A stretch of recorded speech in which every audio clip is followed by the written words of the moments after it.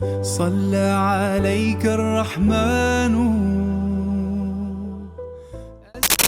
Alah, Dibeli. dibeli. يا ربي ارفع مقامه دوما في كل مكان سيدي.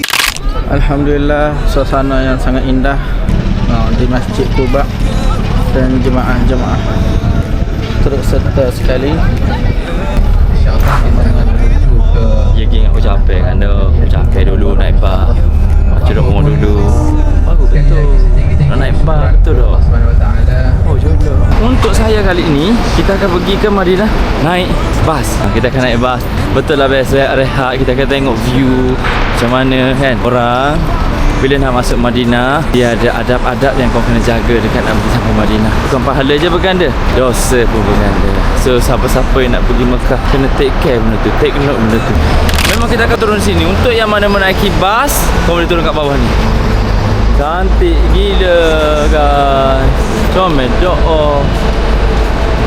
So kita akan turun kat bawah ni, menunjukkan bahawa kita akan naik bas. Satu lagi jalan adalah untuk kita naik ke train. Dia ada dua tau. Sekarang naik bas atau naik train. Jadi bila korang nak rasa satu travel, satu perjalanan yang menarik, mestilah korang naik bas. Sebab bila korang naik bas, korang akan rasa macam santai tau. Akan rasa the moment-moment yang macam dia takkan pernah jumpa tau. The moment yang korang cari. This is the view. So you guys kena tengok keadaan dia. Jangan saya pusing So bas macam ni khas, terutamanya bas bila umrah datang bergerup. Tengah bas lagi okey. Kalau nak experience lagi cepat, kau naiklah train. Untuk saya kali ni kita akan pergi ke Madinah. Gila banyak accident.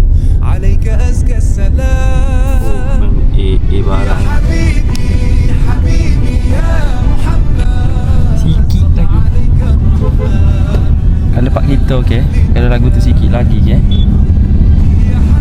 Weh tak boleh, pandang kau tak bawa kereta. Tentu dah risau lagu tu. Sebab dia orang you are relax. Dah macet. صلى عليك الرحمن أزكى